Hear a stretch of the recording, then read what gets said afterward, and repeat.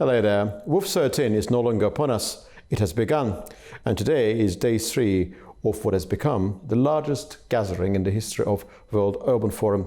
Heads of government, heads of state, principal international actors, urban planners are here in Baku, in Azerbaijani capital, discussing the future of cities, housing crisis, and they are trying to find a fundamental answer to the principal question: what should be done to provide safe, resilient, and long-term housing for billions of people across the world? Of course, there is a geopolitical aspect to this gathering as well, because there are certain actors which have their own agenda, and of course, naturally, within that confluence of interests, we see certain political battle as well. But let's focus on the substance and then about the geopolitical factors as concomitant.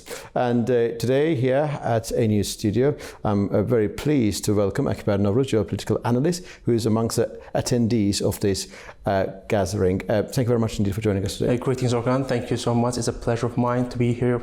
It's an honor. The pleasure is entirely ours. Thank you, Akbar. Well, first talk about this nature of World Urban Forum. Basically, this is the largest gathering. 40,000 people from over 180 countries are here in Baku. Heads of government, heads of state, UN Habitat Chief and other chief UN officials. Do you think housing crisis as a problem necessitates such a joint action, or do you think there are limitations to what such a gathering could actually attain? Well, perhaps it is indeed a significant moment for us, for Azerbaijan. Of course, this is the largest and biggest forum all over the World Urban Forum. So we have around more than 180 countries and more than 45,000 participants currently attending. And in regards to the housing problems are indeed a big crisis in the world, unfortunately. And this is indeed mentioned less often over the in terms of politics and etc. because this is the inadequate housing, unfortunately, is a big problem, but unfortunately as well, it doesn't get addressed that much. But of course, in terms of this forum, currently I personally think the main object, the main idea here, the point is to make cities as livable as it can. Urbanization has been growing ever since, over the span of 70 years, for example. In the 1950s, we had only like the cities like Tokyo or New York as megacities. But right now we have more than 37 megacities around the world.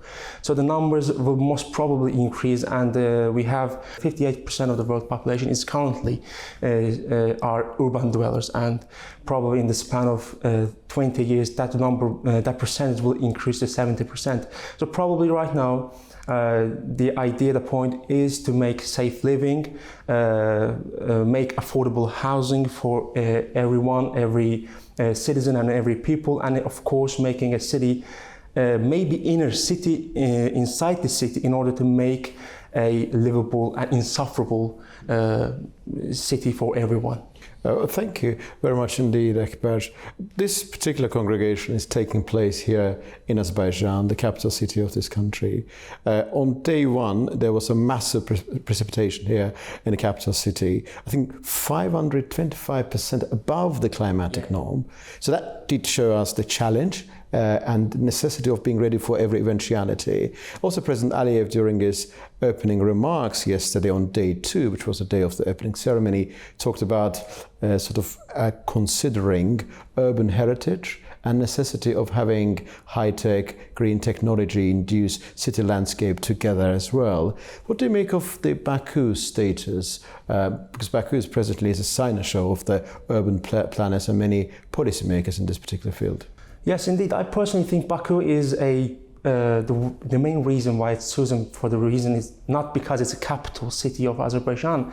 It's for the main reason because Baku has a rich history, which spans from beginning from the Middle Ages, from 10th and the 9th century, from Shirvan Shahs, going to Safavid dynasty and the Khanates, and even stressing to Saddam and Soviet Union and modern history. President Ilham Aliyev as well mentioned that the urban development of Azerbaijan has actually changed over the 20 years, which is a short amount of time. Even if my memory does me justice, I would say that it has been a significant change over the span of short amount of time. For example, just for a brief moment of little mention, for example, when you get on the top of the Maiden Tower, maybe you will actually understand that. When you get top of the Maiden Tower, when you take a 360 degrees of view, you can actually see the history, that heritage of Baku, which has architecture from Soviet Union. You have old city on your layer after layer. Yeah, layer so you after got layer. the 19th century layer, and then of course, naturally, early 20th century. Yes, indeed. Yes, we have houses which has solar panels, which actually supports the renewable energy as well, which actually shows that Baku is actually a city full of this rich heritage, and a city trying to be ready to be as a example. Unfortunately, on the first day we had as you mentioned, a high precipitation. Well, I think that the figures from relevant Azerbaijani authority suggest that 122 millimeters within 9 hours. That's a massive challenge for any Yes, massive city. indeed. You can actually remember the last time I've actually seen this much rain in May. So that effectively means you should be ready for the worst case scenario Yeah, of course. on a daily basis. Yes, indeed, sewage drainage systems should be all ready, and Baku is on the verge of getting ready to that, of course, I would personally. So we talked extensively about Baku. It's a massive showcase. President Aliyev himself talked about different ingredients of Bakuvian landscape, wide city where actually AnewZ itself is based, a sort of city inside city. Yes. You got Sibris, which is a completely different section of the Baku, the metropolis. So it's a fascinating city, of course, with its own challenges, problems that need to be resolved, but also with its beauty as well. Let's talk about the efforts by Azerbaijani government to restore and rebuild and revive, if to use President Aliyev's trilateral adage made during that opening remark, within those opening remarks. Let's talk about what's happening there. So what is good about Azerbaijan presently? That green technology, AI-induced, sustainable, climate-conscious, water-sensitive, the rebuilding efforts are being put into practice there. What I discussed with my colleague Andy Mioch yesterday, we were having a chat as part of our 6 p.m. bulletin. I said that Azerbaijan had a massive housing crisis in the early 90s because of the occupation of Azerbaijani territories, and those Azerbaijanis who were forced to leave the Karabakh region, there were IDPs, and plus those who were expelled from modern-day Armenia, there were refugees. And refugees and IDPs came together, and Baku and its vicinity faced one of the massive housing challenges because you needed to house them, all of them. And that the challenge is different. You need to actually rebuild the deoccupied territories. We know that 85,000 people already returned to Karabakh and East Zangezur as part of the Great Return. What do you make of that effort by Azerbaijan? How sustainable is it? That's basically, let's discuss it in the context of this forum. Well, Orkhan, I think currently it is indeed a significant problem. As you said, the city being flooded by all these people from the modern day Armenia and of course the Karabakh region is indeed something terrible. And even in the span of 30 years, these people were actually outside of their homelands for the 30 years of period. Even after the liberation of our lands from Karabakh, even people had some sort of, even though they had some curiosity, but they were actually feeling threat, the danger to getting back to the lands because it was contaminated by landmines, unfortunately. Sure. Contamination by landmines is one aspect there. It is indeed one of the main problems Azerbaijani government is currently facing against. But with that said, of course, in the span of 5 years, which is a short amount of period, 85,000 IDPs have returned to their home. And Karabakh as well is actually used as an example in this current forum, World Urban Forum, with its smart city innovation, which in my opinion is one of the underappreciated and understated and under the radar, I would say, event or significance, let's say. Because Karabakh, everything, we should actually put that aside, all the political things regarding, because people will actually know Karabakh as a place where the conflict actually happened, but the main idea of the importance of Karabakh is not only its own geography, it's strategically, it actually has that vast economic potential, which actually Karabakh serves as a great place of having a big potential in terms of green energy, for example.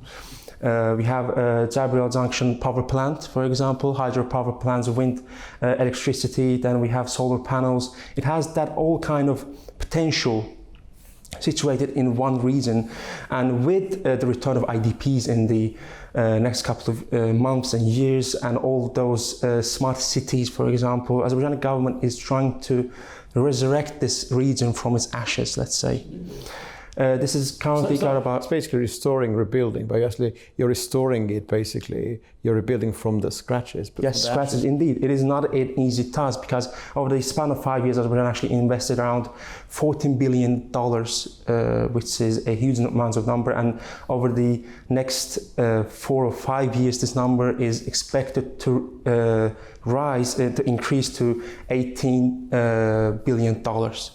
Which is a huge investment. This actually shows that Azerbaijan is intended to rebuild this city from its scratch, to show it as an example, even in the next urban forums as well. Yeah, building from the scratch is a massive challenge, and it probably creates a qualitatively new challenge, because you need to invest a lot of money, but you need to be very smart, and hence the concept of smart city, partly of course, and you need to find innovative solutions. My colleague Guy Schoen, editor-in-chief of AnewZ, today was moderating a ministerial panel, and the focus there was on connectivity. Basically, modern cities, by virtue of their locality, centrality and economic powerhouse status, they act as nodes to the wider connectivity landscape.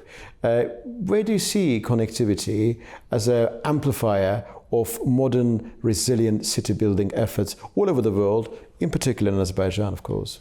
Well, in particular Azerbaijan, I would say that the modern, this connectivity has been one of the main challenges as well, I would say, probably, because the ensuring the connectivity between the people, between the citizens that are currently living in, for example, the currently liberated territories are not an easy task. But right now, building those cities, if I would actually like to cite a book, which I've actually read almost 2 years ago, which is from an American author called Benjamin Barber, If Mayors Ruled the World. He actually says that the mayors has this upper hand in terms of making this connectivity as much as possible, because they have this unburdened ideological gridlock, and they actually affect people's day-to-day lives, and they have this kind of credibility to ensure that as well. So at the end of the day, this connectivity should be at a higher pace and should be optimal to ensure people's day-to-day lives insufferable, easy, and of course prosperous, let's say. It's very fascinating. You mentioned about cities, the rise of city-states, basically, so-called city-states. We got cities around the world like London, New York, Tokyo. In addition to being financial centers and globally significant places, they also got their own ecosystem. For example, London is absolutely essential to UK economy, and I think, if memory serves me correctly, around 25% of UK economy is connected with London. And quite often it is being said, and I subscribe to the view, that Britain lost its empire, but there are few imperial things left about, still remaining as part of UK identity. One of them is London, which is still an imperial city, world's greatest financial center alongside the New York. So cities will rise, and of course we perhaps will need to discuss Baku's role in Azerbaijan's ecosystem as well. To what extent Azerbaijan is too reliant on Baku's centrality. Perhaps certain diversification should happen, certain elements which is currently being enjoyed by Baku, being part of Baku's identity, should be diversified and be sent and be transferred to other cities perhaps. But let's, since you're a geopolitical analyst, I would like to end our conversation with a geopolitical question. We all remember that COP29 took place in Azerbaijan thanks to Azerbaijani-Armenian cooperation. The decision was made in December 2023, and had there been no Azerbaijan-Armenian cooperation, Azerbaijan would not have hosted COP29. And that cooperation happened after September 2023, when Azerbaijan regained control of the rest of Karabakh. So territorial integrity problem had been sorted out, and then COP29 decision was made. During COP29, Azerbaijan was subjected to massive attack. COP29 was a great success, and then Azerbaijan and Armenia initialed the text of the peace agreement after agreeing on that text in February and initialing it in August 2025. And today, in May 2026, just a few weeks before the parliamentary elections in Armenia, Azerbaijan is hosting with WUF13. What is the geopolitical significance of WUF, you think, in that very context? I think, in my opinion, you actually touched upon the great points, in my opinion. Azerbaijan, the main reason, the importance, the significance of Azerbaijan currently hosting this event, this actually shows that Azerbaijan actually successed during COP29. This shows United Nations trust to Azerbaijan as a hosting nation, which puts up a great performance in terms of making this kind of large forums to be established, let's say. With World Urban Forum, in my opinion, from geopolitical perspective, I think Azerbaijan is actually showing that Azerbaijan is a safe place, is a safe haven for every country, and every nation could actually come here and multiculturally. For example, leaders' meetings, which happened yesterday, was the first time it actually happened in the World Urban Forum's history. This is the first time leaders actually came to a country, attended, gave speeches regarding that as well. As regards to the tension between the peace deal between Azerbaijan and Armenia, as you mentioned before, I think this shows that even at the days of, let's say, the peace deal, even though it's not signed finally, the finalization of peace agreement has yet to be done. We have a big parliamentary election in this region upcoming, as you said, the joint parliamentary elections. It actually shows that Azerbaijan is actually a place of safe, and currently Azerbaijan is demonstrating this kind of events and holding this kind of events in order to show that this region is moving towards a new page, I would say. And maybe in the next couple of months, in regards to parliamentary elections, of course, that's the domestic policy. But Armenia, we cannot say that much of things regarding that, because this is more of a problematic thing to make a prediction. But of course, in regards to anything, I think Azerbaijan has demonstrated a great pace in terms of signing a peace deal, and Azerbaijan hopes to sign the peace deal. Armenia hopes to sign the peace deal. Let me tell you one more point. Armenia recently hosted EPC, yes, the 8th summit of EPC on the 4th of May, and that hosting would not have happened without Azerbaijan-Armenia cooperation, as we know. If the cooperation, this kind of connectivity didn't happen, as you mentioned, we wouldn't actually see this kind of events happening, because this region has been burdened under this many conflicts over the span of 30 years or so. So currently, of course, I think the sides are hopeful. The peace deal would potentially be signed over the next months, and we'll see what happens. The page, the future is up there, but they need to have the capacity to capitalize, I would say. Thank you very much indeed. Indeed, they need to have a capacity to capitalize on that. Thank you very much indeed for this very interesting conversation. I wish you all the best. You're welcome. Thank you so much for this invitation as well. I am honored to be here. Thank you. Well, WUF13 is underway. Today is day 3, of course. And fundamental question up in the air is that what will happen next, and to what extent the stakeholders, different government actors, heads of state and government and so forth, will be able to come closer to that very fundamental solution, how to make our cities both effectively governable, habitable and resistant. And also, of course, fundamental question regarding housing will be discussed throughout the upcoming days. You've been watching Context. I'm Orkhan Amashov, and see you very soon indeed.